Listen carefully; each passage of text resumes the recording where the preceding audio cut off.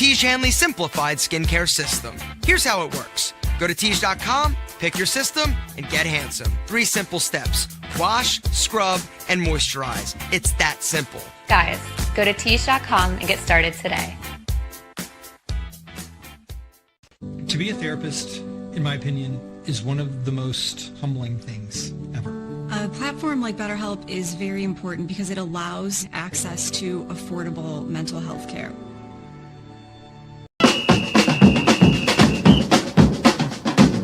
Who that say they gon' beat them say?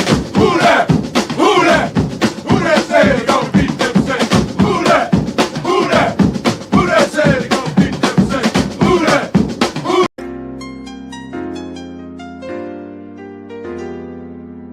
Yeah.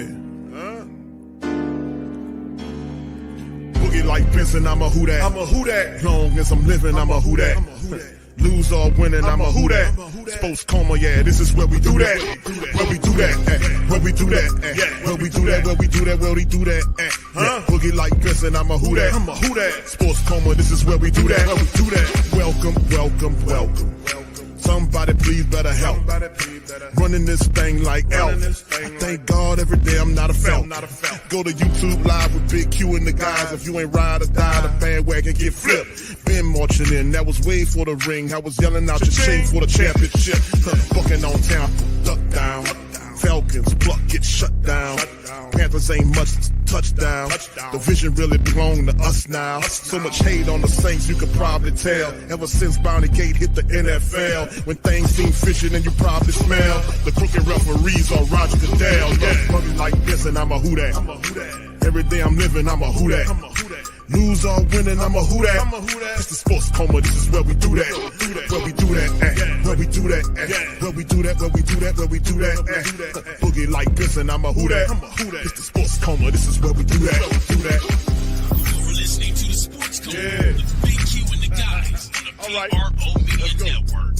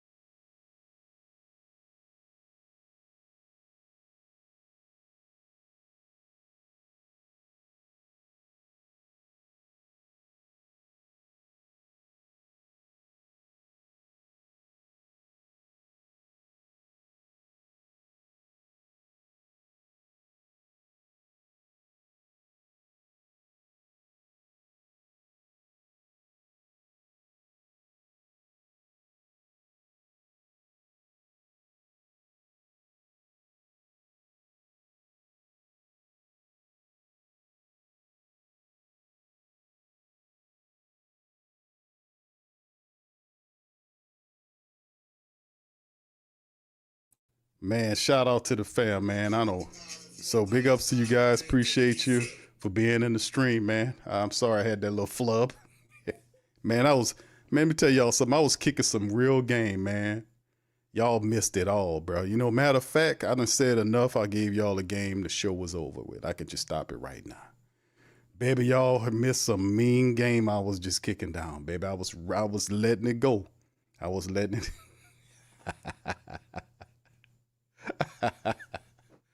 It's been a while, hasn't it? All right, so big ups, man. Big ups to y'all, man. Much love. Thank y'all for being in the stream. Much love to y'all. Much love, much love, much love. All right, what's happening, fam? Appreciate you. We got the roster projection that we'll be talking about today on the stream, man. As well, we'll cover some news about our second-round draft pick, Tyler Shough, has yet to sign with the team. We'll talk about that. And if you guys have any comments or anything below, please feel free. Shout out to you. So big ups to you. Can y'all hear me now? All right. He says, repeat it, says Willie. What's up, Willie? He said, Q, you can't do us like that, bro. You got to repeat what you were saying. But anyway, man, what I was saying is we starting the broadcast. it's been a busy week. So I hope you guys have had a fantastic week. Good start of your weekend. I hope you guys have just been doing a lot of positive and productive things. A lot of stuff been shaking and popping. And in terms of with the Saints, we know it's a quiet period before July hits when we get training camp started, and then that's the precursor to the season just barreling ahead. So you get that camp starting in July, late July, then we get into July, then August, and September, then October, and November, and let it start. So it'll be starting soon. So take a deep breath and relax, before, and that's what the hell I've been doing. I've been because I know I'm getting ready, baby. I'm getting ready for this season. All right, so big ups, man. Jaden, good to see you. What's up, brother? Demetrius is in this thing. Bev, shout out to you. Thank you, son. Appreciate it. All right, King Hardy, how you doing, sir? Big Valley is in this thing as well. Much love. Good to see you, fam. Appreciate you. OG to the third degree. Uptown Stud 2010. Much love, fam. Appreciate you as well. What's that? Leo? Is that Leo? Shout out to Leo as well. Much love. What's up, Demi? Is that no? That's Desi. What's up, Desi? Shout out to y'all, man. Appreciate y'all for being in the building. OG's in this thing. Always much love to OG. Appreciate you. Jaden adds that the Pelicans had a great draft this week. In my opinion, I love what they did with all three of their picks. Love it. Do you think? He says, did you think of the draft? What did I think of the draft? Who that to you, my young brother? The draft was good, man. We did the draft special. That's one of my favorite times of the year when the Pelicans roll around. Is the Pelican draft. Always good to do the draft because I'm optimistic of what could happen. I think Joe Dumars was aggressive and bold. A lot of these commentators, the Nick Wrights and the Simmonsons of the world, will land, talking mess about Joe Dumars giving an unprotected pick to get Derek Queen, the big guy from Maryland. They wouldn't have allowed the Pelicans to move 10 spots from 23 to 13 unless they had that pick like that. And he's seen these two guys, Jeremiah Fierce, who we picked at 7, and Queen as impact players right away.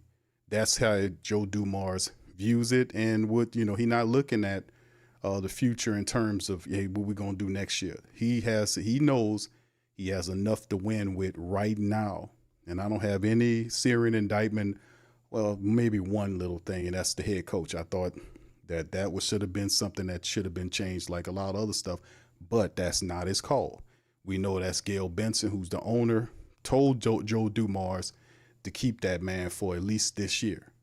So he got 1 year left on his contract. Let's see if Willie Green could do it. Me personally, I got my doubts, but can Willie step it up to the next level? Hell, I don't know, man. I've seen 4 years of Willie Green, and he called his team soft last year, and he's soft because of him, because he's soft. His philosophy is soft. He don't talk about no aggressiveness, or everything is dialed down and family orientated. You, as a team, and nobody cares, and this for the Saints too, nobody cares if they all cool with each other if they losing. We don't care about that. And I know that sounds tough, don't it? But at the end of the day, if this is your team and you care about the team, you don't care if they cool, if they losing. I don't want cool losers here. I'm sorry. That's just how it goes in the ultra uber competitive pro landscape, whether it's basketball, football, baseball, whatever the hell it is. We don't care if y'all cool. What good is it being cool and you're sitting up there with 21 wins on the 82 game season? What sense does it make? So we don't care about that, man. You get cool if you win together. How about that? And if you fight and you lose close, or you give it your all, you grow together, you galvanize as a team. We know that's how it works. We don't care about no losing. If you sit up here winning 5 games and he sit up there at the press conference or the telling you, hey, man, these teams, they love each other, they going to stick. Yo, man, shut up. We don't want to hear that. And you know that. The coaches know, the owners know, the damn players know. If they don't know, then you're in the wrong business. Bottom line, it's a money-driven business, and success is at the top of it. People get fired for not. Sometimes they get fired unjustly, like what happened with Thibodeau, what happened with Malone from the Nuggets, what happened to the guy from the Grizzlies. We know that happens at times, but that ain't happening what's happening down here in New Orleans. I assure you that. But anyway, big ups to the fan. What's up, Charles? Good to see you, fan. Appreciate you as well in the building. Much love. Good to hear you. What's up, Mad Drummer? Big ups to you. What's up, Trey? Shout out to you. Trey says, I really might be Mickey. The way the Pelicans is moving now makes me very proud. I don't think Mickey Loomis have a damn thing to do with it. You know, I don't think he have a damn thing to do with it, to be honest with you. I don't think that's Joe Dumars all the way. All the way. That's Joe Dumars' vision for the team. Troy Weaver, you know, Bryson Graham is gone. He took the Hawks job there. Troy Weaver was a general manager before. He probably the de facto general manager right now. You know, I looked on their website. They didn't have that vacancy filled, but that's Troy Weaver and Joe Dumars working together with Joe Dumars' vision.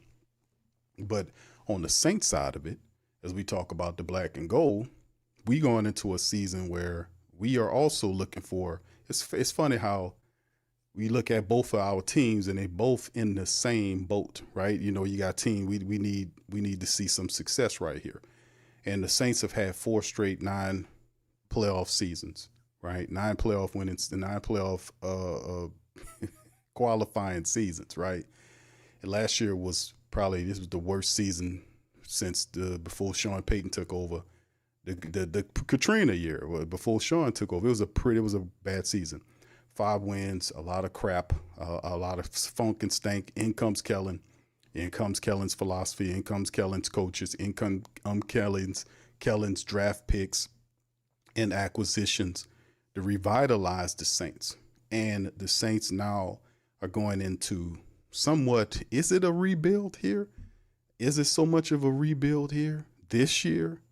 I mean, you still got, the team still has, and I've said this, they still have old people on the team that's productive. You still have Tyron for a year. You still got the likes of Cam. You still have the likes of Demario Davis. You got veterans all over the place, older guys like Brandon Cooks. You got Chris Olave, who's a functional player, who's impactful when he's healthy. You have Rashid Shaheed, the same thing. Jawan Johnson. Carl Granderson, young vets like that's here. So the team, is it so much of you're only young in terms of the quarterback position, which is probably the most important position on the football team. And off the team, the head coach. So you have a rookie head coach for the first time who has some success. He riding that energy from that Philadelphia Super Bowl victory into New Orleans, which is also a positive. We could use that. And then also the fact that you have these young head coach first time, very young quarterbacks, whether it's Tyler Shough or Spencer Rattler, who will champion the team into the season. They're young there. Everywhere else, you know, we'll see. But it's going to be interesting, like to kind of span ahead just for a brief second, is how, you know, how will it look next year in 2026 when Demario's gone, Tyron's gone, Cam's gone, Taysom's gone, Foster's gone. You see what I'm saying? Then could we really sit back and say, oh man, because the Saints got rid of all the old people, all the old guys is going in the win, and now we really have, you know, a youth movement, so to speak, where a lot of the guys will replace those guys at those positions. So we can kind of really see that then, right? But this year, it's going to be interesting to see how it all kind of moves forward. All right, Charles asks Q, if you have to replace a QB, it's a rebuild no matter who the team is. You think it's a rebuild if you have to replace the I guess it's some of a tweak. When I think about rebuild, I'm thinking about you kind of tearing it all down and building it back up. You see what I'm saying? As opposed to renovation, you know. If it's a rebuild, that means you ripping the building down, right? Tearing it down and then putting a new structure within its place. I kind of see it using my construction thought process as being a bit of somewhat of a renovation. You still got these old players here, but whatever.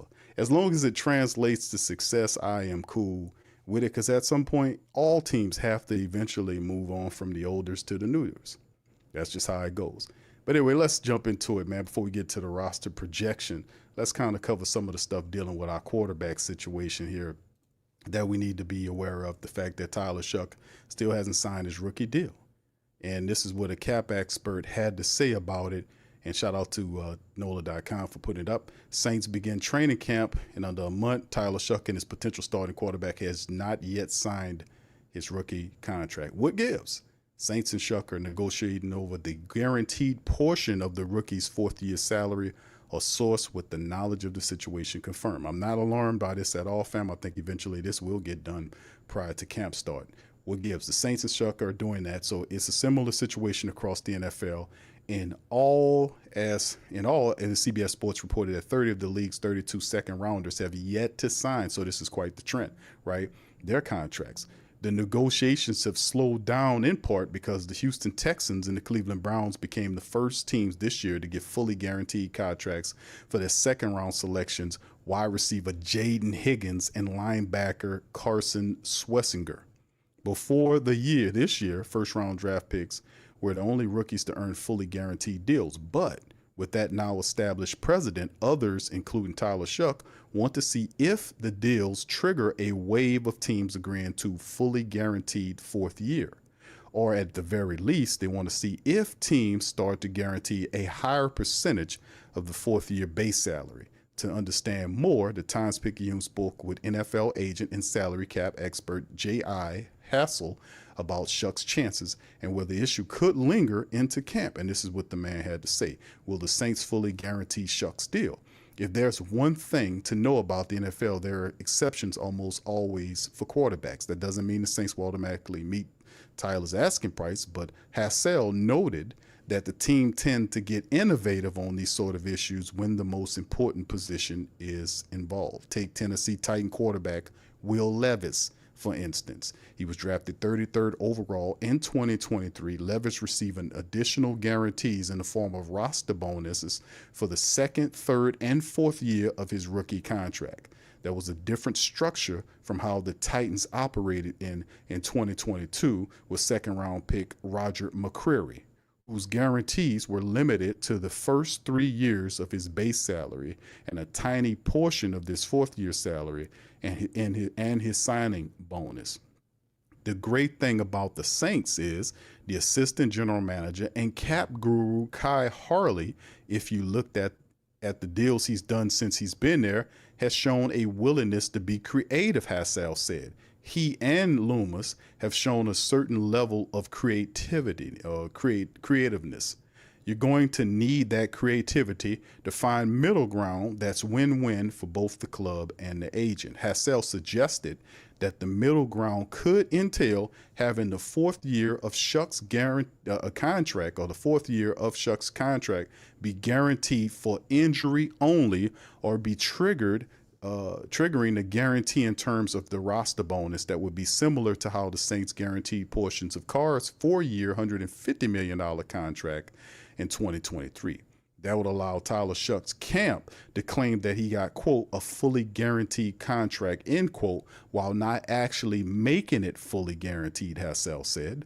Complicating matters is also the NFL's rookie wage scale. The scale determines the player's specific salary based on when they were drafted, adjusted for the growth of the salary cap each year. So because the salary is non-negotiable, teams and agents typically clash over smaller deals, such as when bonuses are to be paid and how much the contract is guaranteed, right?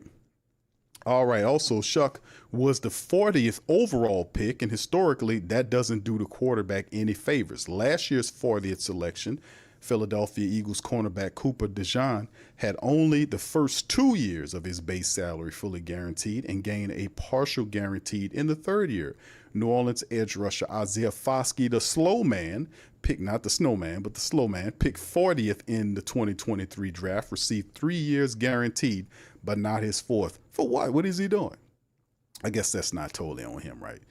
Now, how do the Saints approach second-round picks when trying to determine whether the Saints will guarantee all of Shough's deal? It's important to examine their history of second-round contracts. Since 2012, the first year that the league's rookie scale went into effect, the Saints have drafted 10 other players in round 2. The first 8 only received guaranteed salaries for the first 2 years of a 4-year contract. But the dynamic shifted over the last 2 years. Foskey's contract was the first time the Saints guaranteed an entire third year of a base salary for a non-first round rookie scale contract. And last year, the Saints even went so far as to guarantee a small portion, $168,000 of Kool-Aid McKinstry's fourth year base salary.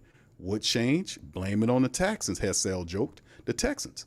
Hassel pointed out back in 2022, Houston guaranteed safety Jalen Petre's third-year base salary, which agents then used as a precedent for players in similar range. Petre was the fifth pick in the second round that year, which was 37th overall. He says a trickle-down effect, which works as the same sports agency that represents Foskey. This isn't just unique to the Saints. It's really a function of what are the teams ahead of us and whether they've done. The impact of Jalen Petre deal helped all the second round picks the following year get that third year guarantee.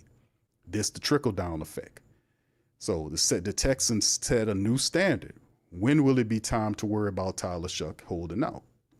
The president can ultimately facilitate deals. That president, they can also slow down negotiations as the two sides go back and forth over whether the terms actually apply. Foskey and the Saints, for instance, didn't announce a completed deal until July the 19th, days before the start of training camp. And the year before that, Alante Taylor also waited until July the 19th to sign his deal. History suggests that the Saints and Shough will figure something out before camp, which players must report to by July the 22nd. If they don't, Hassel said, it would be common for a player in a similar situation to simply hold out, though rookie holdouts have become a lot more rare since the wage scale was implemented. Shough, for his part, participated in the entire offseason program despite not having a contract. Rookies can sign waivers that allow them to practice while negotiations take place and protect the player in the event of an injury. But if the Saints want Shough to be the starting quarterback, and if the rookie wants to win a job, there's a seeming deadline for a deal to be completed. Who budgets to get it done will be fascinating to see. I don't get any bad energy out of that, fam, about the fact that whether or not this deal can't get done. Shout out to Robert Bro, man. Shout out for you. Thank you for the super chat, my brother. Thank you for that, man. Thumbs up to you, my friend. Appreciate the Cash App. I'm sorry, the Cash App. Much love to you, my friend. Appreciate the 10 bones, man. Much love to you, fam. Appreciate you. So how do you guys feel about that? How do you guys feel about the Tyler Shough? Are you kind of a little nervous about it? Me personally, this is the thing I think about Tyler. I think Tyler, I think he'll be there, because, hey, man, listen, you got Spencer Rattler, right? I'm telling you straight up, Spencer Rattler is on his heels, man. Some people got Spencer ahead of Tyler. They got him a little ahead. Me personally, I think he's a little ahead of Tyler. So if Tyler wants to compete, he don't want to give Spencer Rattler any more time than what he need. You understand? If he holding out for rookie money, dude, I understand you getting your money right, but you don't want to give any more time than what you need to give to Spencer Rattler, sir. You don't want he's saying, man, we got to get this done. And I think so, man. And the article was really smart. Shout out to Times-Picayune for putting that together, because it kind of laid a behavior pattern, right, for the New Orleans Saints and how the rookies do. We've seen that date being, even though, the camp started July the 22nd, we seeing that date at July the 19th, which is pretty much what the last two guys did. So that was a good bit of information right there. To understand what's going on there. So ultimately, it's going to be cool to see what happens there. But I think Tyler is going to make it into camp and do his thing, man. It's just to be honest with you. All right, let's here goes some more Tyler news for you guys. As Tyler already has shocked the Saints legend. All right, who is he shocking on? Okay, Saints have an exciting young quarterback in their hands, Tyler Shough, who's taken in the second round, picked 40th overall. He went to Archie Manning's, he kind of, did his thing. Him and Archie Manning kind of connected at the hip, being that the Saints took Archie high in the draft back in the 70s. And Tyler's the first quarterback since Archie Manning, right, to be taken that high. So he's impressed with the young quarterback and shared that he's the first college quarterback to come back and help out at the Manning Passing Academy after turning pro. So that's a positive. Most players have gone back home now with this month off, and he said he's staying right here. I said, I want to come back. He want to come and work with the camp. I've never had one of our college quarterbacks when he turns pro to say, I'll come back and want to work with the camp. That's what Manning said to Doug Mouton from WWL. And this guy is doing everything right so far. Tyler said all the right things and is battling for the job. One thing is important to note is that Saints quarterback hasn't signed a deal. We already talked about that. And he is staying close, to the New Orleans Saints, and he should. If this is, conceivably going to be Tyler's team, Tyler is going to have to really stay close because Mr. Spencer Rattler is nearby, sir. But anyway, let's keep it moving, man. Let's get into the predicting of the roster. Shout out to the WhoDatDaily.com. Y'all check out the WhoDatDaily.com. That's the site, man, for all our content and more. Much love. What's up, Low? Shout out to my brother, Big Low. All right. And once again, thank you, brother Rob, for that Cash App, man. Appreciate you, man. Thank you very much. Picking me up, bringing me back to this world. All right. What's up, Chemo? Shout out to Chemo. Trey, what's up, Trey? Shout out to you guys. Appreciate you for being in this thing, y'all. Hit upon the like button. Who Dat Records? What's up, fam? Spencer, who? All right. All right. Okay, there it is. All right. Well, the line has been drawn, man, in the Who Dat Nation. It's the Spencer camp and the Tyler Shough camp. But regardless of who gets ahead, man, it's going to be a good battle between those two, man. And ultimately, in the end, man, we are the winners. Let me tell you something. It's a good battle. Two young quarterbacks, man.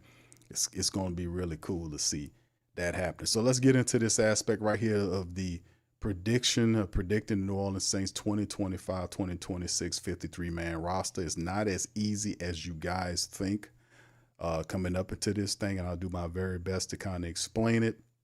Kind of penciled an article right here together and had to have a chart kind of to make it easier there, because in previous times I did something similar to it.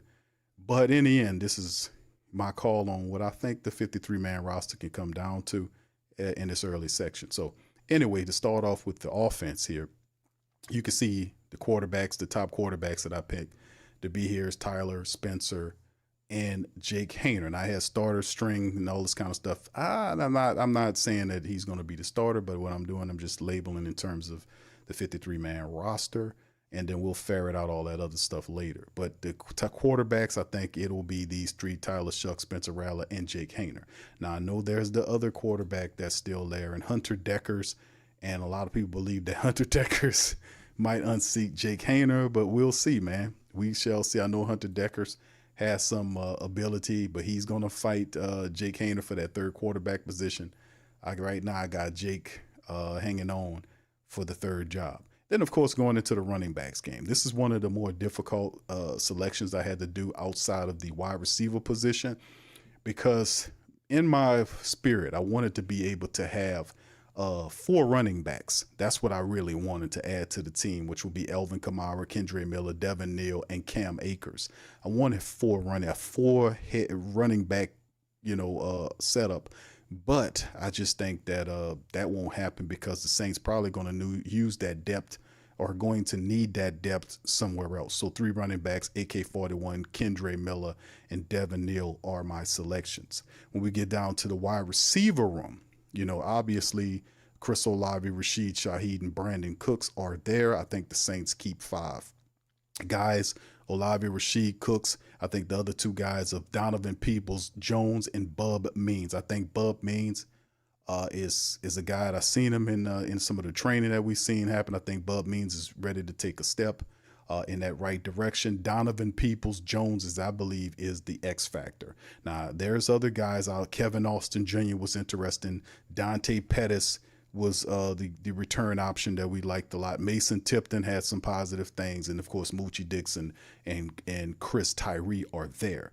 But Donovan Peoples-Jones, to me, I think is a guy. Now, of course, this is before the Saints might add other players, of course. But I really didn't. I was tempted to keep an extra wide receiver here, 6 of them. But I think 5 would probably be the liking.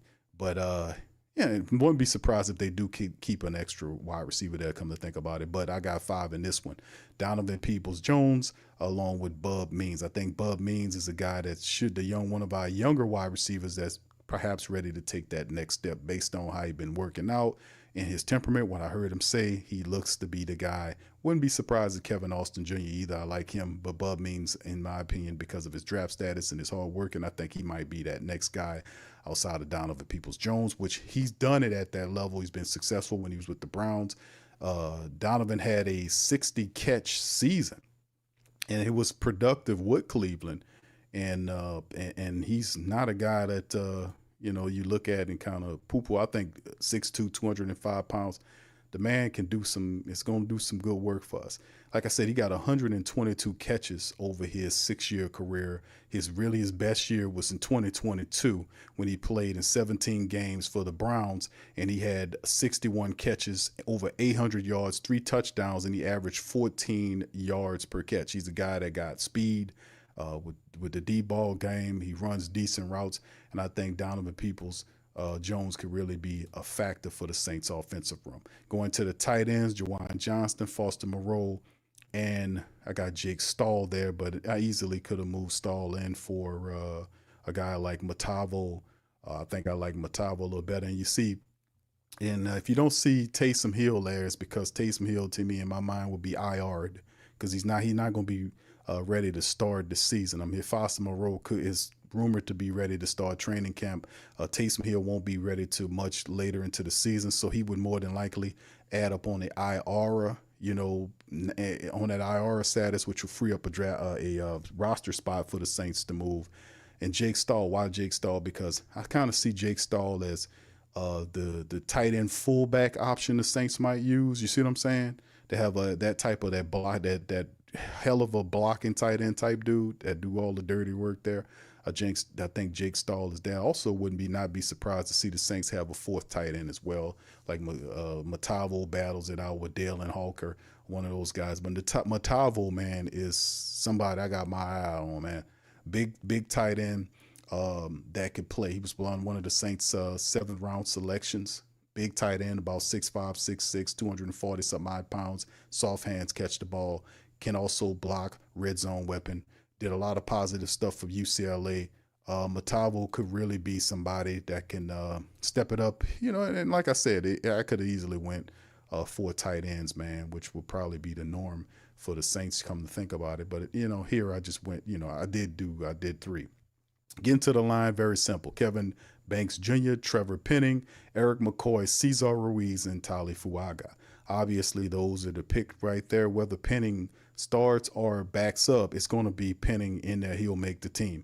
Dylan Runnitz is the guy that he'll be competing with there for that left guard position. So either one of those guys, they're going to make the team. As you see behind him, Will Clapp will be our center, barring injury. I don't think the Saints give up on Nick Saldiveri if he's healthy. They're going to continue to give him an opportunity. I see them keeping on to Landon Young and Barry Wesley, who's another veteran, the guy they added. So as you can see, I think usually from a historical standpoint, when the New Orleans Saints get hit with injuries in a certain position, what they usually do, fam, is they kind of go extra on that position. We've seen them do it at the running back position. We've seen them do it at the wide receiver position in years past. And being that the offensive line was really chewed up last year, I can see them doing it this year. Hopefully, we can be able to add some more veterans, another veteran tackle, somebody with some, a longer resume. Because the Saints have $20 million. I think that I may have to look at the sport track and see, but they haven't been big spenders. They haven't really spent a lot of money. But that's what I'm kind of looking at right there. Hopefully, I'm still kind of have concerns. I do have my concerns. My concerns are about what the Saints do on the backups. I'm still not really sold on what I see with them backups, to be quite honest with you, fam. I'm not sold on a backup offensive lineman. I do like Dylan Runnitz if he's going to be a backup. I like Will Clapp's intelligence. Nick Saldiveri is a big question mark. And Landon Young is kind of a guy that I see as, what's the word that I could say? Not serviceable, but I don't know. I don't know. Landon Young, just to me, I wouldn't trust him. Let's just put it like that. I would rather have another veteran there. To be honest, I don't trust I don't trust Landon Young. I mean, this is what, his 5th year. He went out from his rookie contract. The Saints ultimately brought him back. And also, to be fair, you could possibly, you might be able to switch it up where you'll see the Saints get, how can I say, you'll see the Saints offensive coordinator come in and a run game coordinator come in and change or kind of get something out of these players that the other guy couldn't get nothing out of them, to get them to play smarter and faster, give them a deeper, maybe the system fits them better. And to be honest with you, if you're a slow ass offensive lineman, you would favor a team using a lot of its run game, because that don't require you chasing nobody. You just have to go and put your hands on people and just push them on up out of the way. And if you can't do that, then you don't need to be on this team. If you're not strong enough to do that, you don't need to be on this team. Sportrack has the Saints with over $23.2 million currently. So that's what Sportrack have the Saints. So if the Saints can't afford to kind of go after a name there in terms of the offensive line, like I said, I'm not very big on that. And then, of course, we go to the defensive side of the ball. Brian Bresee, Devin Agacho, Vernon Broughton, Cam Jordan, Nate Shepard, Colin Saunders is what we got there. At the front 3 guys there. The linebackers, we going 3-4 this year. Chase, Demario, Pete, Curl. And then the backups, Jonah Williams, Danny Stutzman, Jalen Ford. I got Isaiah Foskey making the team, Nephi, and Jacine Davis at the linebacker position. Now, it says a lot of linebackers, but when you run in the 34 defense, you got to have some linebackers. You got to have at least 4-4 that start and maybe an extra one. And then, of course, the Saints defense, they have a bit of versatility here, because a couple of the guys that he brought in, like Jonah Williams, could be used. If they need him to, he could shift to rushing, being on the defensive line if you need him there, or he can fold into a linebacker if you need him to. Because we've seen him play Jonah Williams like that, talking about Coach Staley, the defensive coordinator, before. So there's some versatility in there. Now, I got Jacine Davis. Listen, fam, keep an eye out. And I'm going to go through my keep an eye out guys. I give you 3 of them on the team to keep an eye out of. But this is the linebackers that I got. And it's just, of course, I'll do another one before we get close to the season. And I'll do another version of this with a few more changes. Then we get to the secondary. Kool-Aid McKinstry, Alante Taylor, Ugo Amadi, it makes the team. Of course, Tyrann Mathieu, Justin Reed, then Isaac Gidham, Quincy Riley, Jonas Sanker, Jordan Howden, and JT Gray, our special teams ace. So the Saints still retain a lot of the special team aces that do really well there, namely JT Gray, Nephi Sewell. We've seen Ford have a little application there. Isaiah Foskey needs to get better there, but I don't see the Saints kind of putting Foskey out of here. That second-round status, got to at least keep him on the team in his 3rd year to see what he got going on, right? We kind of seen that happen, I think, this year when they picked DeMarco Jackson over what's his name, man? The man left. Damn it. Forgot his name, a linebacker, Anthony Orji. Anthony Orji was a guy that I was like, man, what are y'all doing? Anthony Orji was knocked down, drag out, good, young, undrafted linebacker. He was playing well on the special teams when he got an opportunity to get out and play, show some positive stuff, and completely left DeMarco Jackson in the dirt.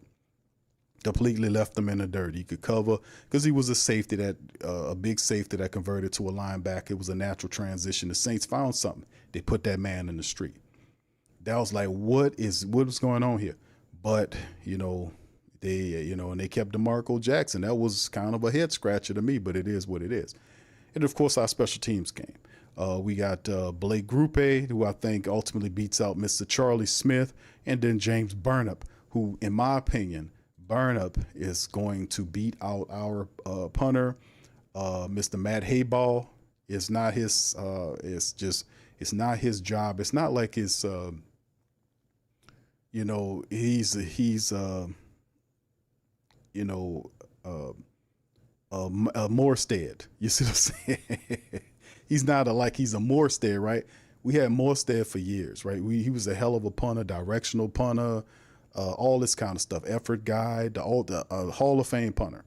Very few. When they had the next guy, we thought he was the guy until they put him in the street. And then we've been having switching out with guys. We had the last guy that was tattooed up from Australia. He got beat out by Hayball, another Australian guy, and Burnup, who some consider the best punter in college last year, who didn't get drafted, got picked up by the Saints. This guy can directional punt. He's good at placing them within the 20. And one of the key things to Burnup's game is that he punts the ball very high to the point where this coverage teams get down there and they cover the returners. The returners can't do shit. They can't go nowhere.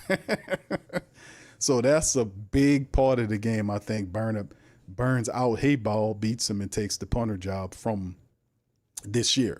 So this is some of the guys right here, 53-man roster as well. And guys, and this is what I think. Y'all put in the comment section. Y'all tell me how y'all think about my first unofficial 53-man roster projection for the Saints. What's up? Who's that? Anola Chop. Okay, is that Kai? Shout out to Kai, man. Thank you, bro, for being a member for 5 months, man. Appreciate you, brother. Thank you very much. Picking me up, bringing me back to this world. All right, what's up, Ross? Shout out to my brother Ross the Boss. KT in the building says, Q, remember when I mentioned Anthony Orji to you when we covered the undrafted free agents I remember you saying it, bro. KT, you said a lot of really gave a lot of game about a lot of these players, man. That's good. But yeah, Anthony Orji was a hell of a player, man. When they put him in the street, I was like, what's that about? And I thought to myself, why the hell would you put him in the street and DeMarco Jackson hadn't done anything? I mean, y'all, what did DeMarco Jackson do to keep a team? You know what it was? He got drafted. Anthony Orji did everything you could ask him to do, right? He did it all. He did it all. He was undrafted. That other man was drafted. That's what it came down to. That's the difference. Because DeMarco he wasn't even close, but he got drafted. And they value them guys that get drafted a little higher than the ones that don't. It's a little bit more of a guarantee. You see what I'm saying? Young Bloods, what's up, fam? Says Q, don't you think that if the Saints don't carry a fullback, they might carry 4 running backs that could open up a spot for Clyde Edwards-Helaire or Cam Akers? You could be right, bro. You could be. Or the fact that, like I said, I think the fullback guy is actually Jack Stahl. Because if you go and watch Jack Stahl's play, they brought him in. He was one of them early transitions or one of those transactions the Saints brought in. And in my opinion, I was like, man, what's up with this guy? And then you go and look at his game. He's not very productive catching up the ball, but you go watch some of the tape that you can find on him. He's a guy that's really good at blocking. So they don't have a fullback listed, but I think Jake Stahl is that guy. He's not a fullback. He's a tight end, but he's one of those hybrid tweeners. He ain't super athletic or none of that, but he's just one of those guys that just made the block. Big tight end that knows where to block, blocks really well, can play the tight end or fullback position for you. So I'm thinking that's why I got him on the team. I'm like, man, I think that might be the dude. But I did wrestle with the fact of adding that extra running back, just like I wrestled with adding an extra tight end, 4 tight ends. You know, but that kind of thing was because of Taysom Hill. You know, you had Taysom Hill here, and then you would kind of supplement your roster by using, if you felt like you needed a spark here, you just move Taysom to the tight end room, or you use Taysom in the running back room, you use Taysom as a wide receiver. So Taysom was a person that they would use to cover up weak areas in their offense. And they did that for years because of his versatility and his difficulty of being covered. Because if you're a running linebacker, you have difficulties covering Taysom Hill because he's fast. You're a linebacker. If you're a defensive back, you damn sure don't want to cover Taysom because he can run around you or he can run over you. So, you know, they will have to do without Taysom for right now. So they're gonna have to make it work. So Juwan Johnson, he has to step up his game. Foster has to do his thing. We know Jack Stahl he's going to be a blocking tight end / fullback in that role. And then, of course, one of the young tight ends will have to make themselves present. And I'm thinking it'll probably be Maliki Mutavo, or even we seen Dylan Hawker last year in limited action. So it'll have to be one of those young tight ends unless the Saints pick up somebody before the draft starts.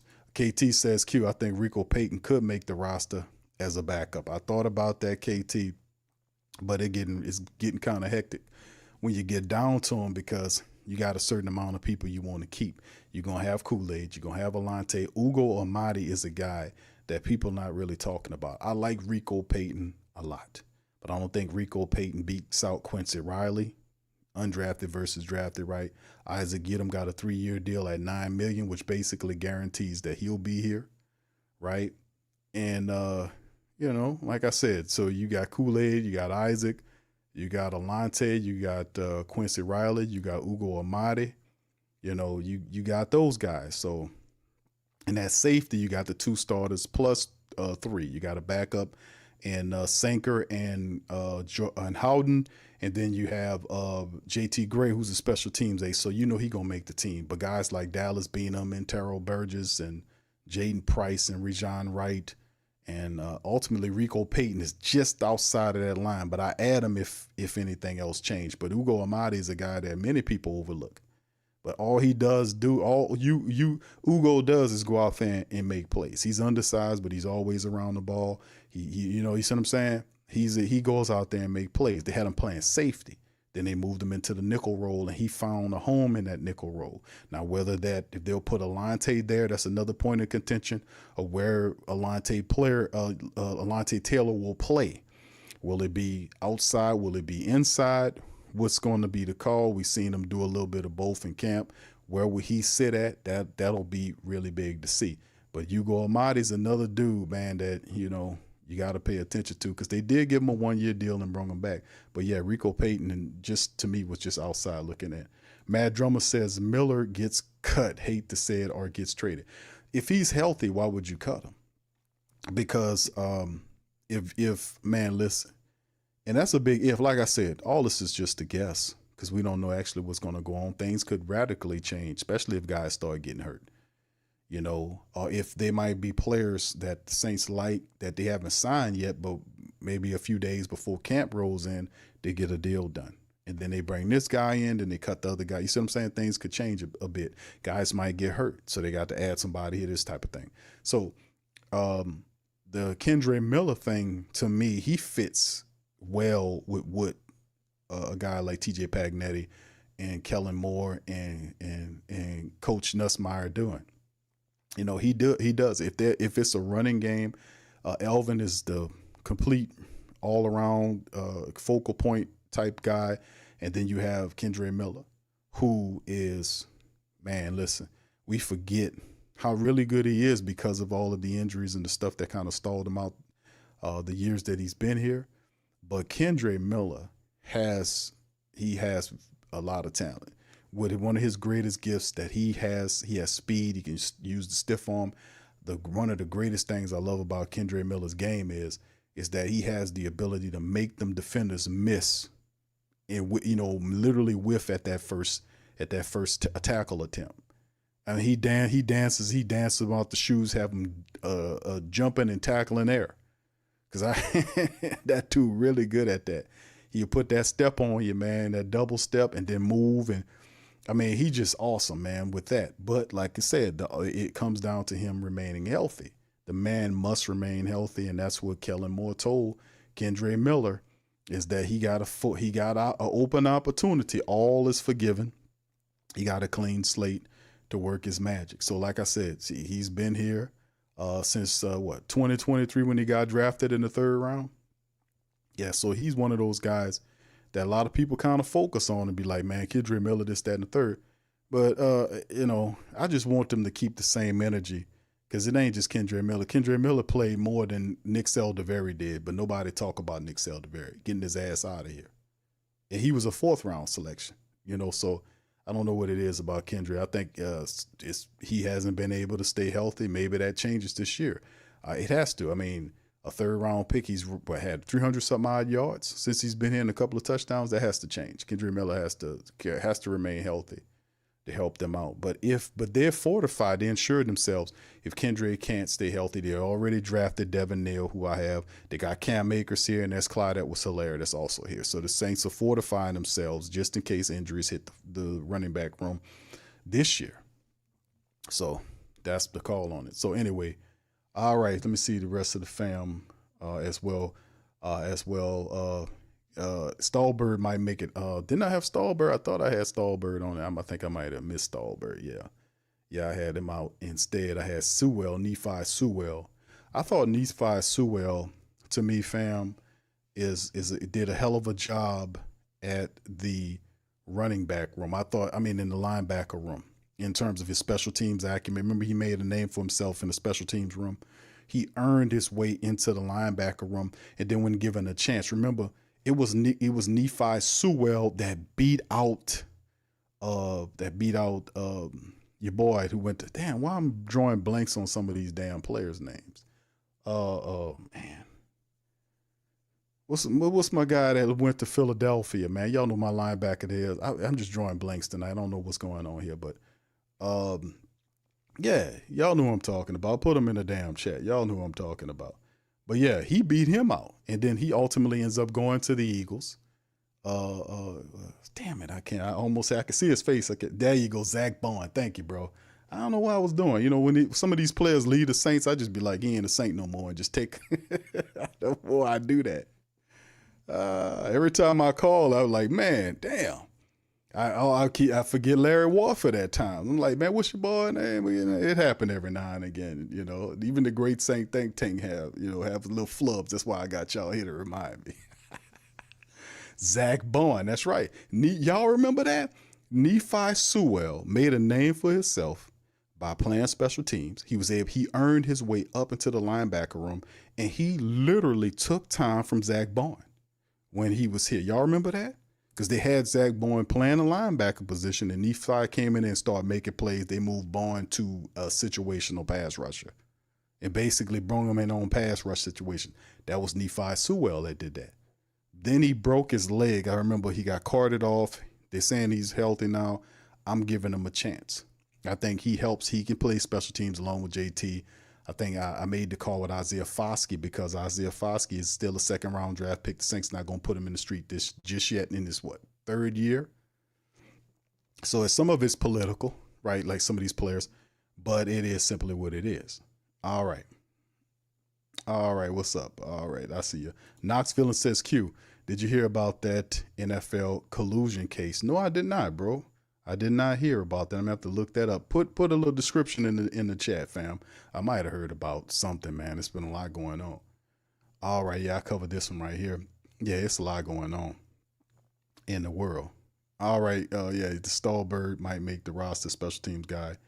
All right, much love. All right, what's up, LaShawn, girl? Where you been at, girl? Good to see you. All right, appreciate that. Much love to LaShawn. Hope you're doing good out there in the world. All right. Knox says, Q, you heard about, I already read that already. Well, I'm going time looping here. All right, Q, he said, KT said, I think the undrafted rookie quarterback pushes Zoolander. It could be possible. I mean, people, Jake Hayner really hadn't done anything since he's been here, except for, I kid him, but what has Jake Hayner done since he's been here? Except for show people that he's not very good. I mean, remember he had the opportunity in the game last year when Rizzy put him in there over Spencer, and he just showed that he had no pocket command. It was like, man, it was awful. That first portion of the game, the first and second periods or the quarters, it was absolutely ridiculous. It was horrible. He had zero pocket command at all. There was no confidence there. There was no leadership there. He wasn't reading anything correctly. He wasn't going through his progressions. Everything, he was slow going through everything, and then he was flushed out of the pocket. They had injuries, so he would have to process things fast and make moves and throw on the run, and it exposed his arm. He's not a very good quarterback throwing on the run, especially if you, like last year when the Saints had the injuries to the offensive line, Clint Kubiak was doing plays where he was rolling out the quarterback and you would have to make a throw on the run. And that guy didn't do well at all throwing on the run. He really didn't do it. So like I said, man, it was just like, it was awful. And like I said, Jake Haener, all he did was show us that he's undeveloped and he's not very good. But I still see the Saints giving him an opportunity. Only way Hunter Deckers beats him is he had to completely blow him out of there and show that he's just take, when Haener and him go head to head, his numbers he's just undeniable. But like I said, Haener's another draft pick, what was Haener? Like a third, what was Zoolander? What was his draft status? What was he taking? Fam, wasn't he a third round pick? Didn't we spend a third round pick on that guy? Fourth round pick. He was a fourth round pick. Pick 127. So we spent the fourth round on Jake Haener. That's why I was like, if it's close, they'll probably go with Haener. But Deckers know what he got to do. He could beat him. I mean, he can come in and beat. It ain't hard to do. But if it's close, I still say they go with him. All right. No, Devin Neal, he ain't here for nothing. Devin Neal is, because at some point you're going to have injuries in the running back room. You're going to have injuries in the running back room. Devin Neal is the future. I mean, you got Kendre Miller. You got Alvin Kamara is old. You know, he's 30? What is Alvin, 30? He turned 30? Yeah, Alvin getting up there. Yeah, he turned 30. He's 29 now. Yeah, he turns 30 in July. So he'll be 30 years old coming up in July. Yeah, he'll be 30. So that means, Kendre Miller has a step of game up, but Kendre, so you got Alvin getting up there in age as a running back. Kendre Miller not being able to stay healthy over the last couple of years. That could change. We'll see. Devin Neal was drafted to be that guy. So being a third running back in the Saints rotation, you have to be ready for action, right? It ain't like being a fourth guy if they keep four.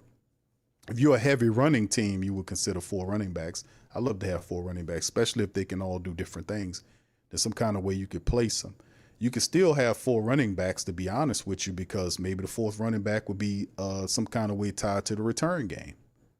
Whoever it is, whoever the extra guy is, he has to have a function in the special teams. Could have a return man there, so that's also an application. So, I mean, they've been working with returns. We know Velus Jones Jr. and all these other guys.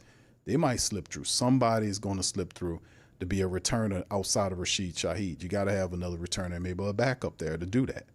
So that can also give you a 4th running back there, justifying his spot because of his return ability. So that could be a thing as well, which is why I was kind of wrestling with keeping Pettis on the team, which I'm like, they might keep 6 people.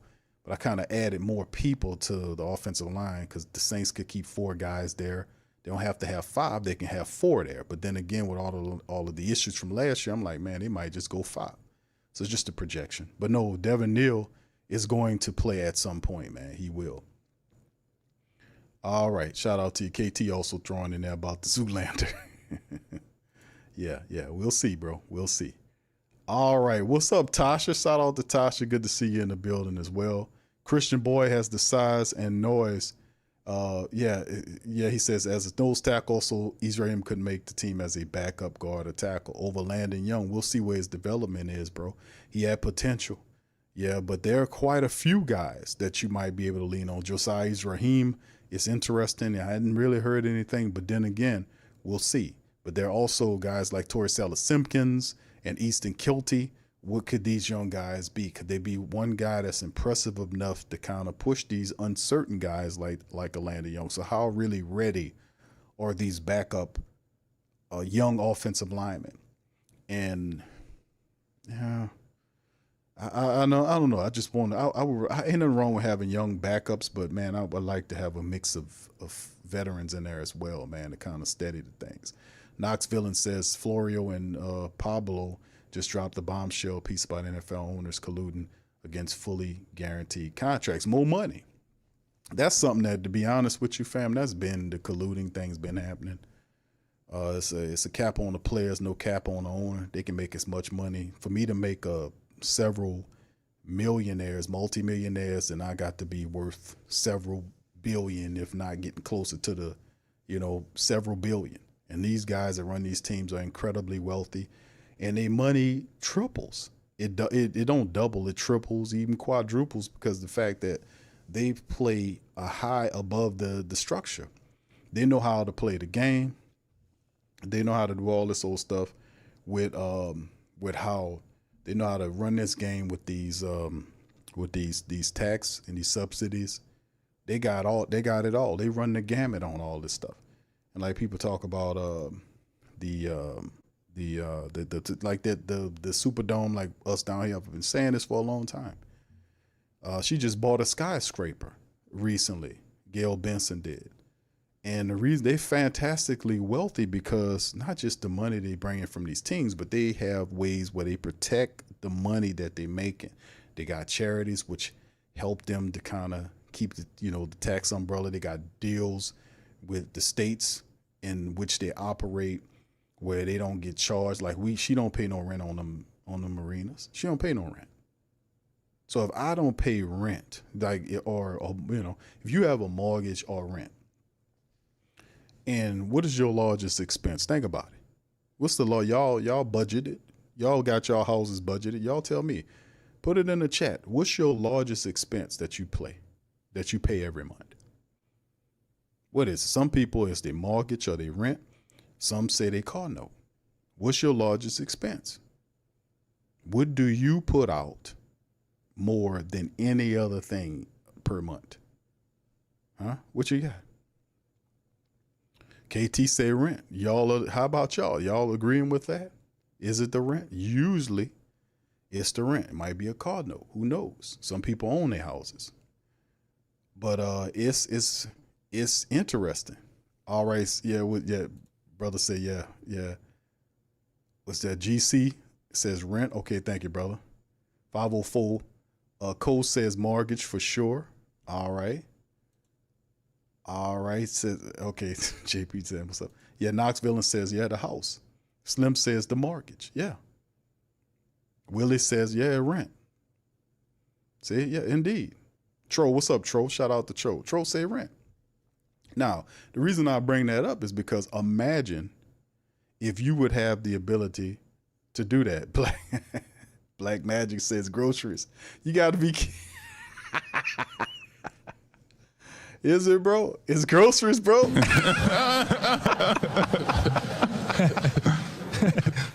Okay. All right. Groceries. Good grief. All right. Groceries. All right. Yeah, because that is high, too. So what I'm saying is imagine whatever your large expense is, you didn't have to pay that expense, right? You can keep that money.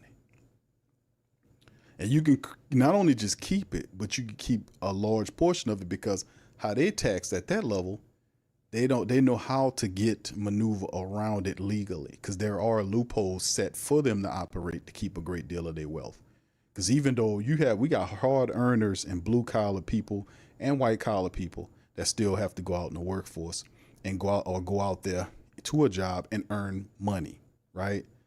But a lot of these people don't have access to the loopholes that people like Gail and them did, where they can maneuver around and they keep a great amount of their wealth. They can keep it. So imagine having whatever your highest expense is, you get to keep and then invest into something to bring you even more back.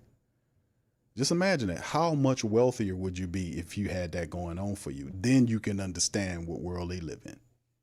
That's how they operate. That's how they operate. They don't pay no rent on that dome or that arena. That's why they got the deal sealed. Like I told y'all can look this up, that the deal between the Saints and the city is the state is sealed where you can't see what was in it. the court had ordered them to break the seal right before Tom Benson settled. They were about to break the seal on it because they were fighting the lawyers. Well, you can go look this up while I'm talking. The lawyers were fighting because he had several lawyers. He sent them to try to stop them from breaking the seal so we could find out what the deal was between the Saints and the state of Louisiana. They have it sealed where you can't see it, because why would you seal it? Because they got stuff going on that make your head twist. She just bought a new building. She bought a skyscraper recently. Google it. These people, that's how they do it.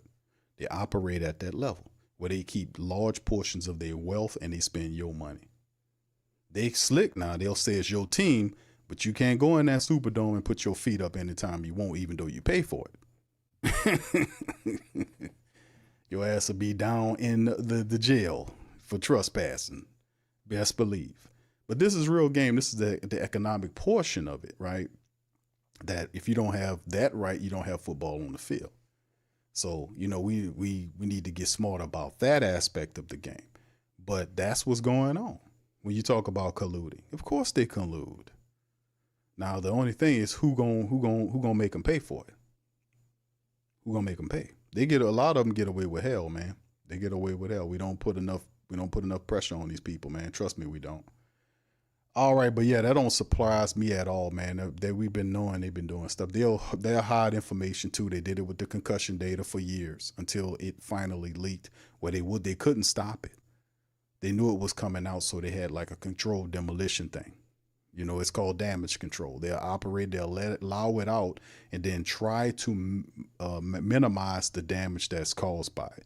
Like they'll try to release it at a fast cycle, or they don't release it on certain days when they know the news cycle's slow. If it's a busy cycle, they'll throw it out during that time, hoping that it get lost among a bunch of other stuff they go on. See, they know how you think. Man, it takes some studying, man. But yeah, that don't surprise me. The colluding thing is something that they do with a lot of stuff, man. Yeah, he says, but the NFL investigated itself and found no wrongdoing. That's right. Hey. Stop the cap. You ain't find nothing wrong, baby. Ain't nothing wrong over here. He ain't lying. Because that's what I'm saying, man. At the end of the day, man, that's how they play the game. We investigated ourselves. We found we not wrong. Oh, my goodness. That's a good one. All right. Well, GC says, who that Q? Jake Haynes was one. Jake Haynes was one that said he studied Drew Brees' plays. He wasn't looking too close, I see. All right. Thank you, brother. Oh, yeah. Oh, Hainer, well, bro, listen, listen, man. You can study him all you want, bro. At the end of the day, man, it's another level. Drew Brees was an interesting player. He was an interesting person because his level of preparation was out of worldly. You know, he was a guy that was driven to be great. He would go to camp. He would go to the Saints facility, and he would be out there on the field by himself. He'd be the first one there. He'd be going through drills in his head. And he literally said that he would visualize an entire game of him in there. He would be out there in his imagination, throwing the football to wide receivers, looking out for this, literally calling an entire game. And in his imagination, that was his preparatory process. That was what he did to prep mentally for games. That's how Drew Brees knew him. What player have that level of dedication? They can look at Drew Brees on tape and study him all you want, but you got to go and talk to him about his level of preparation. Because for you to really be great, you can't be doing the same thing these other people are doing. Because if they're really good, you're going to get lost and they're good. If you won't be great, you got to do something that they're not doing. And you don't have to, it ain't about overworking them. It's about what process, this process, because they might have gifts that you don't have. They might be faster or stronger, this type of thing. But if you are here, and that's like with Jake Haener, if Jake Haener is not stronger than these other guys, he's not faster than these other guys. So what's his key? What's his ability, his key to beat out the Hunter Deckers or to get on the team to beat him if he's not stronger or faster or has, this type of thing? He has to outthink him. And that's what Jake Haener been doing all of his college career and his pro career when he was in college for Fresno State. He had a lot of productivity there at Fresno State, but he never was a big arm quarterback. He never was a speedster. He got by off of his wits. Now, when you get to the pros, this how you got to get this another level, because that was only good enough for the collegiate game. You got to develop this, step it up, and go to another level. And if he could do that, I don't know, man. I don't know. He got to find a way, because a lot of them could say they want to be Drew Brees, but I don't know too many of them are willing to go through his process of how he got there. Because Drew didn't also have a big arm, and he was an undersized quarterback, but he still was able to have success at the professional level in ways where his other people that were larger than him size-wise and height and all this type of stuff and throwing the ball, all this stuff didn't even have. So, I mean, when you dedicated to something, you find it out, that's how you handle it. KT says, Q, who's your dark horse candidate to make the team? Mine is Dallas Beanham or Marcus Yarns as a returner. I like Dallas Beanham's game. Marcus Yarn, a lot of people has picked him to be a guy to keep your eye out on. To be honest with you, you got two offensive guys there. I mean, two defensive guys. Well, Yarns is a running back and Beanham is the cornerback. Me personally, bro, mine would be Justine Davis. Justine Davis is the guy that gave the money to, the undrafted guy they gave money to. I think Justine Davis is my dark horse guy. I think Justine Davis is the guy. I was watching the tape. Y'all, if y'all haven't heard of him, please look up Justine Davis. I think he's going to be special in that 3-4 defense. He is versatile. He got speed. He's a hell of a player. His name, Justine Davis. That's my dark horse guy. All right. Thank you, KT. Yeah. Knox says, yeah, Q, I implore you to check that piece out. I don't like Florio, but it's a good bit of information. Yeah, I'll do that right now, bro. I'll pull it up on screen. So some of us never. I'll put it up right now, my friend. My man Knoxville and say, I implore you. Well, brother, if you're imploring me, then I got to go and do it, brother. I'm not going to look over what you say, sir. I'm going to go in and pull it on up and see what the man talking about. Y'all give me just a second. I'm going to see what I can find right here. All right, hold on. Yeah. Yeah, I don't like Mike Florio either, but when he do good work, like when he start doing some of this stuff, I got to give the man some kind of credit for what he doing, because the NFL don't like you to be talking about they dirty clothes or whatnot. You know, they dirty laundry. They don't like that much. But hold on, let me get them on the screen. Right, give me a second, fam. I'm gonna put the report together. I mean, play the video report from Mike Florio. Let's see what he got to say about it. PFTPM, without giving you an update as it relates to the collusion case. And one of the things we're wondering is, where does it go from here? What happens next? I've been paying attention to and trying to dredge up some sort of reaction from the union, specifically the players who are in charge of the union, because they should be pissed. I'm sorry, but I'd be pissed if I was a member of the executive committee, if I was a member of the board of player representatives, that this thing was hidden for 5.5 months when it could have been a hammer against the NFL. And I'd want to know why we aren't using this against the NFL. So no developments there yet. As it relates to the league, there has been a development because, look, if these teams are colluding as it relates to players, that's not the end of it. There's other areas where they make. I'm a firm believer they've been colluding as it relates to coaching pay. I've been paying attention to and trying to dredge up some sort of a reaction from the union, specifically the players who are in charge of the union, because they should be pissed. I'm sorry, but I'd be pissed if I was a member of the executive committee, if I was a member of the board of player representatives, that this thing was hidden for 5.5 months when it could have been a hammer against the NFL. And I'd want to know why we aren't using this against the NFL. So no developments there yet. As it relates to the league, there has been a development because, look, if these teams are colluding as it relates to players, that's not the end of it. There's other areas where they may collude. I'm a firm believer they've been colluding as it relates to coaching pay for decades. Yes. They've held down what coaches make. There's no salary cap. There's no salary floor. There's nothing. So they lock arms and they make sure no one goes crazy and pays a coach $40 million a year, $50 million a year, whatever it may be. because then we have to do it. And every dollar you give to a coach is one less dollar that you otherwise could use for, your super yacht or any other profit. It all eats into your margin because you split the revenue with the players 50-50 and you handle everything out of your end. So if we can hold down coaching pay, we all make more money. And I say that because I received this text message today. I'm going to paraphrase it.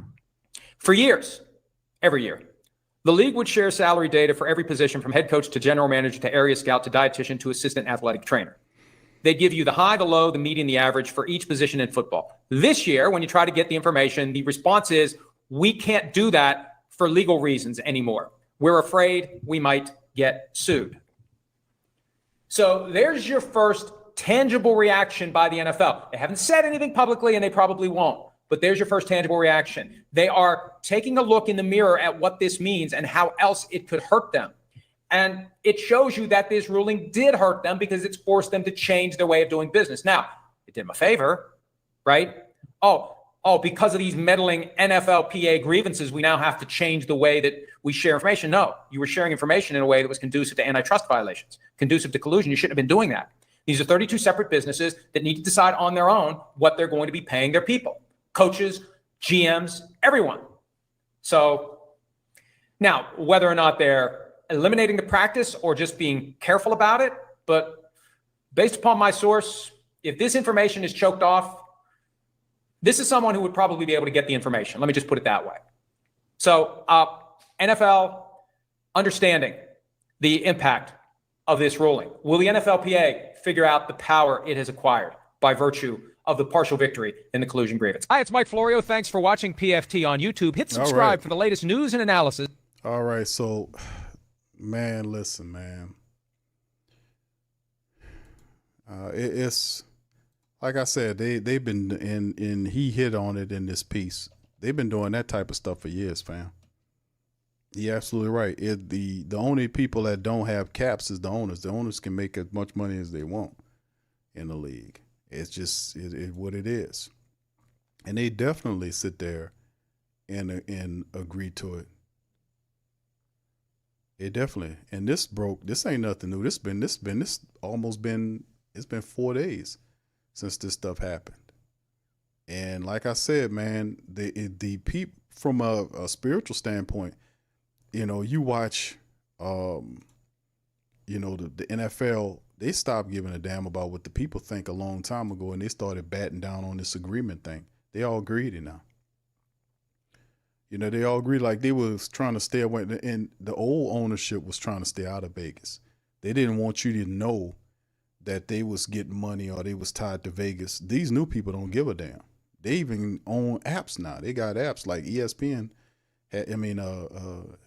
Some of these people got their own apps where they connected to them. Some of them doing it on the back end where they tied to it, but they're making tens of billions of dollars off betting on the game. They made it so easy to bet. They're making money there. They're making more money. These new agreements that came out, no deals. The NFL making so much money. They're making more money than they ever made before. So, yeah, they got the yacht club. Remember the dude would go to the owners meeting in their yachts? Remember they was doing that? So, yeah, they some fat cats. And they specialize in keeping more money. They got more money than they know what to do with it. So, yeah, they lock arms, like he said, and they keep and not allow the coaches and all this kind of stuff to happen. And the crazy part about it is them people most of them can't even throw a football, but they in control of it. It's just very interesting, to be honest with you, man. Yeah, Knoxville says they go on to say J.C. Tretter, former Cleveland center, tried to cover this up from players like Russ, Lamar, and Kyle. They also want to put an end to families of players repping themselves. Yeah, indeed. It's a new swing of energy that's going out into the world. And we talked about this in previous years, haven't we? And I always talked about y'all about the vision or the perspective is what I'm thinking about of people nowadays. It's a shift, and that shift, if you're good at picking up trends, you can see it coming. Because if you're good at paying attention to trends is routines is behavior. Behaviors are patterns. I always talk about pattern recognition. If you're really good at pattern recognition, you could see a lot of stuff. Like if you could pay attention, you could see financial collapses, you could see color revolutions, you can see all this stuff throughout history in the world if you're good at pattern recognition, because you'll recognize everything as a system of patterns. Because, you know, if this happens, things just don't happen. It's this step, it leads to it, right? And you can see a lot of this happen. It's a sea change. Well, people realize it happened in college when the players have been fighting for years to say, hey, man, listen, we don't want to just be a team. You know, we don't want to just be, you just give me an education and this type of thing, and then that we cool. And I can't write my name on a football and sell it for money or whatever the case and get hammered for that. Nowadays, the colleges, they got to create a system to pay the players. They won that in court. So all of the money that these universities was making, not all just off the football, but they got basketball, gymnastics, all this baseball, all this kind of stuff. They're making tens of millions of dollars off. People say, nah, you got to change that up. A lot of how the old stuff was being done back in the day, people have evoluted. They've evoluted their thinking, and they figured out what's been happening, and they started, and it's changed.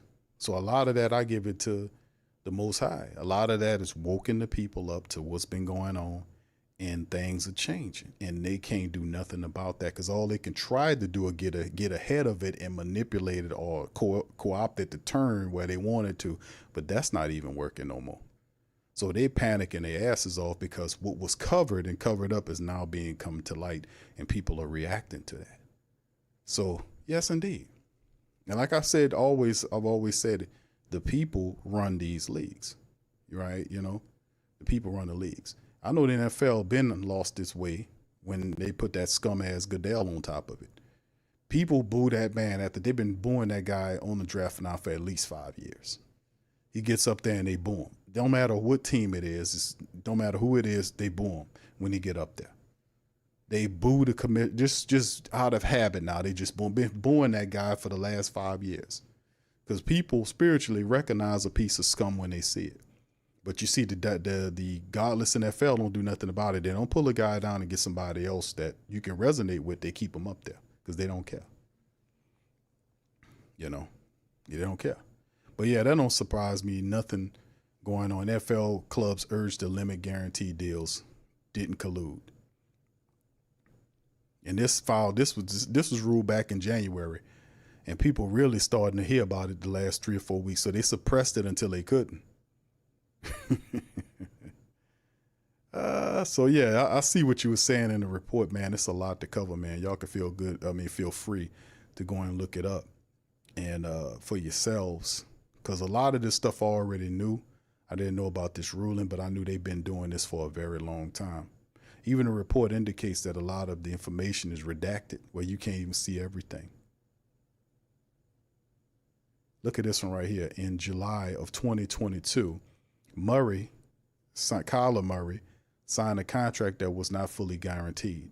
Per Droney's decision in July 22 of 2022, Los Angeles Chargers owner Dan Spanos text Bidwell, who's the owner of the Cardinals, to congratulate him on signing Murray and let him know that the parameters of the contract, which are not fully guaranteed, would help Spanos' upcoming negotiations with Chargers quarterback Justin Herbert. He actually texted him on that. Congratulations, that makes us save us some more money. And I guarantee now granted, the players are not being greedy for wanting guaranteed money.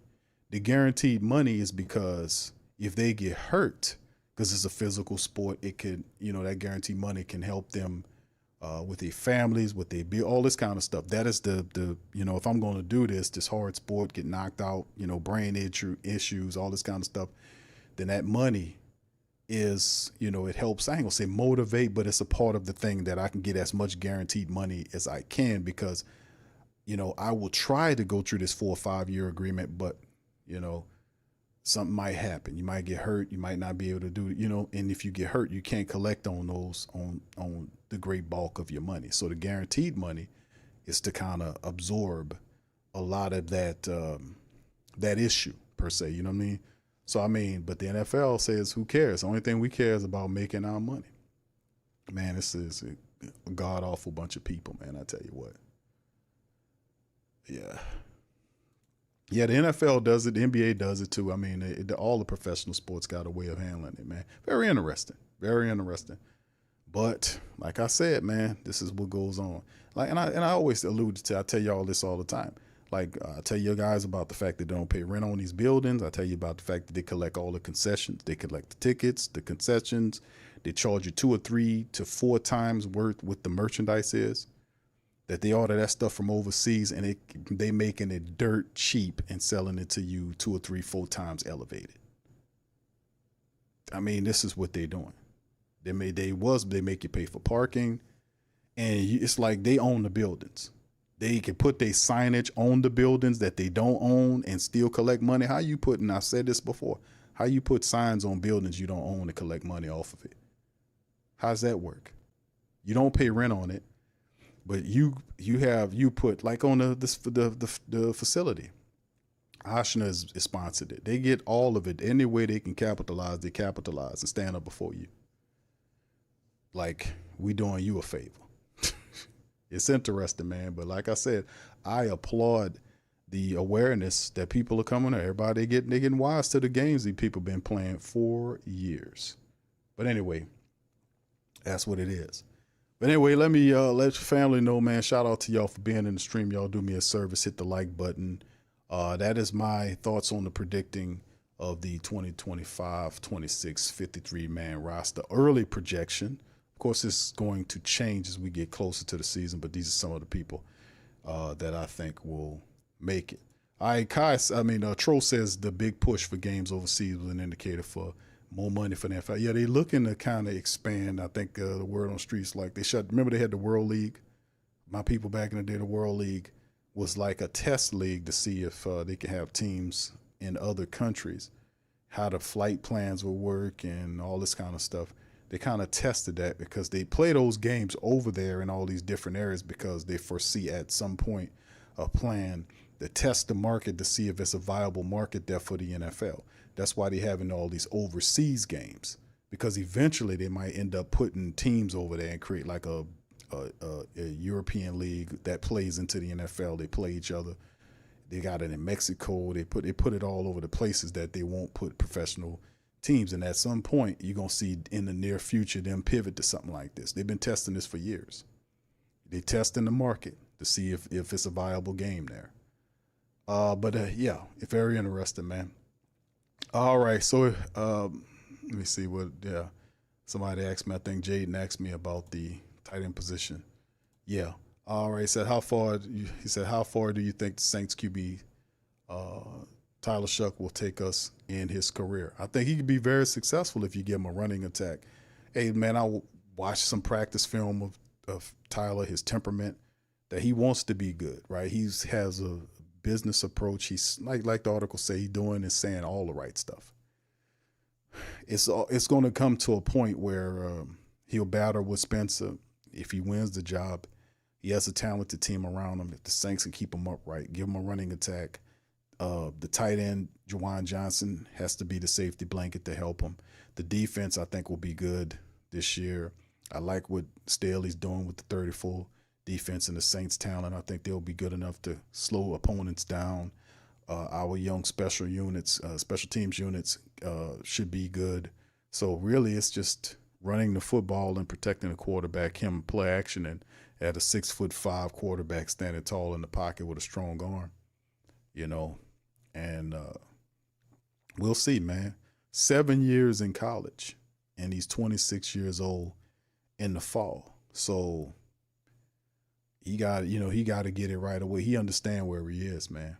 He understands. All right, thank you for that, bro. I'm Tyler Shough, man. If you give him like with any, but you could say that about any of these quarterbacks, can't we? Any of these starting quarterbacks. If you have a running attack, a safety blanket for the tight end, and a strong offensive line that protects him, so he can be able to develop properly, you're gonna win. Like if we running the football, keeping the turnovers down, just being smart. We don't have to be perfect, But if we running the ball effectively, we playing defense and we taking the ball away, we doing something with the turnovers when we get them, we hitting our field goals when we supposed to hit them, we gonna win some games. And the fact that, yeah, the Saints do have an underdog status right now. A lot of people put the Saints at the bottom of the NFC South right now, and they elevate other teams above the Saints, the Panthers, the Falcons, the Bucks, who've won it. What the Bucks have won it, 4 times in a row? Was it 4 times in a row? That's crazy. But is it 4? Y'all remind me. Is it how many times Tampa Bay won the NFC South? Is it 4 times or 3 times? I forget. That's not a good thing anyway. But the reality is we seen as an underdog, which is no pressure. There's no pressure on the Saints from a national standpoint to be anything relevant. So if the Saints win 6 or 7 games, 2 or 3 games better than what they won last year, to them that'll be in their perspective. But the reality is the Saints are a lot better than a 5 to 6 win team. They're not a bombed out, cratered out team. They have talent all over the place here, and if we can get a coach with leadership like Kellen, if Kellen can do that, we're gonna win some games. How many? We'll see, man. We shall see. Brother, appreciate you, Professor. Shout out to the Professor. What's up, Brother Wallace? How you doing, sir? Cap Manny, big ups to Cap Manny, man. Appreciate you for being in the stream as well. Much love. All right. Yeah, well, yo, don't say that too loud, my boy. Lowell, he's in the chat. Brother Wallace said this our year to go to the playoffs. All right, okay. That's what I'm talking about, brother. Let's see that. I'm ready to break that streak, that 4-year streak of not making it. All right. Yes, indeed. What's up, Swag fan? How you doing, fam? Appreciate you, man. All right, much love, man. Appreciate you for being here, man. Appreciate the comment. All right, so anyway, with that being said, fam, listen, I'm going to get ready to get out on that. Listen, I appreciate y'all for joining in. Please do a service. Hit the like button, hit the subscribe button, and by all means, feel free to share the show on your social media feed. Sports coming here representing the Flocking Nation and the Who Dat Nation, because we both together on this one, man. Listen, the Saints, man, the Saints, man. Coming up next month, Saints, July the 22nd, Saints open up the camp. So we got a little time, a couple of weeks for the Saints before they, about 3 weeks? Not even 3 weeks. Yeah, about a little bit over 3 weeks now, is it? Before we get it, July the 22nd. So, man, hey, we getting close, man. That's all I got to say, man. Is we getting close to some football, man. We're going to be back at this thing real soon, man. Starting the season in training camp, then preseason, then the regular season. Then we back to full-time football for, September, October, November, December, 4 months. I think we got a game in January too, don't we? The last regular season game, I think, is to be announced. Usually that's like first week of January of the new year, something like that. So we'll see where the Saints land at, man. I'm looking to break this streak, but like I said, I'm going to be patient with them because we got rookie head coach and we do have young people at the quarterback position. So that requires some patience, to be honest with you. Anytime you put them young people in the game, it requires patience, a lot of patience. So anyway, with that being said, I'm out, man. I appreciate y'all. Hit the like button, hit the subscribe button, man. I'm going to holler at y'all on the next one. Also, give up to our sponsorship. We gaining a lot of new sponsors, fam. You gaining a lot of new sponsors to the Sports Coma, man. You guys need to check them out. The links in the description. Optery, shout out to Optery for joining the Sports Coma family, and insofar as that for ID protection at Optery, just to do a little online commercial for them. Man, Optery is a service where, man, listen, in this data-driven world, I mean, if you got your history from, if you know your name, and if you put your name in the computer, pull up all your history, where you lived at, all this kind of stuff, your information is out there. It's not protected. And Optery, man, I was so impressed by their service. They reached out that, man, listen, y'all check them out. There's a link in the chat, man, that gives you 20% off on a deal if you sign out, but they take all of that out of there. They take all of that, all your information that's out there, your address history, all this other stuff that you find on the line that people can find on you. It removes all of that data that's out there. It removes it. It gives you, it gives you a private feeling, not having all your information out there, all that kind of stuff, because they could do a lot with that. So Optory, man, you could try the service, look them up, man. Hit that link. It's in there. As long as we got other links too, you can check them out. Get a 20% discount. Tell them Big Q from the Sports Coma sent you, man. Get that information private, baby. Be private again. It's too much out there. Anyway, with that being said, shout out to y'all, man. I appreciate y'all, man. I shall be back. Like, I've been taking my little breaks and chilling. Not really chilling, to be honest with you, man. Just been doing a lot of work, man. Behind the scenes, just getting things lined up. But y'all will hear about it soon. But with that being said, I'm going to see y'all on the flip side. Much love. We'll take the beat. Yeah. Boogie like Benson, I'm a Who Dat. I'm a Who Dat. Long as I'm living, I'm a Who Dat. Lose or winning, I'm a Who Dat. Sports Coma, yeah, this is where we do that. Where we do that, where we do that, where we do that, where we do that, where we do that, Boogie like Benson, I'm a Who Dat. I'm a Who Dat. Sports Coma, this is where we do that. Where we do that. Welcome, welcome, welcome. Somebody please better help. Running this thing like Elf. I thank God every day I'm not a felt. Go to YouTube Live with Big Q and the guys. If you ain't ride or die, the bandwagon get flipped. Been marching in, that was way for the ring. I was yelling out your shame for the championship. Bucking on town, duck down. Falcons, pluck, get shut down. Panthers ain't much touchdown. The vision really belong to us now. So much hate on the Saints, you could probably tell. Ever since Bounty Gate hit the NFL, when things seem fishy and you probably smell the crooked referees on Roger Goodell. Yeah, brother like this and I'm a Who Dat. Every day I'm living, I'm a Who Dat. Lose or winning, I'm a Who Dat. It's the Sports Coma, this is where we do that. Where we do that, where we do that, where we do that, where we do that, where we do that. Boogie like this and I'm a Who Dat. It's the Sports Coma, this is where we do that. You're listening to the Sports Coma with Big Q and the guys on the PRO Media Network.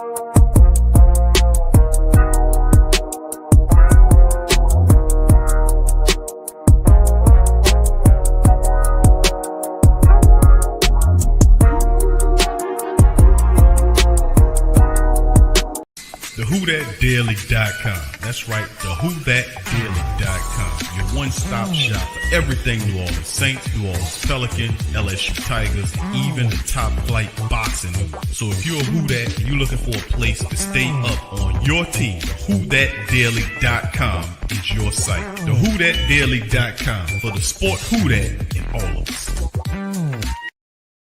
That's right, the Pro Shop is the platform store where you can go and buy all the latest merch to support the platform. Available at the Pro Shops, we have dozens of hundreds of products available for you and your family. Unisex tees for men and women, hoodies and sweatshirts, tank tops, kids and baby items, long sleeve tees, mugs, pillows, wall art, bath bedding, face masks, phone cases, stickers, bags, fanny packs, socks, hats, and many other items. Please feel free to check out the Pro Shops. The link link is in the description section below. Remember, it helps the platform continue to grow. Check out the Pro Shop and Who Dat. Complicated with Tiege Hanley's simplified skincare system. Here's how it works. Go to Tiege.com, pick your system, and get handsome. 3 simple steps. Wash, scrub, and moisturize. It's that simple. Guys, go to Tiege.com and get started today. To be a therapist, in my opinion, is one of the most humbling things ever. A platform like BetterHelp is very important because it allows access to affordable mental health care.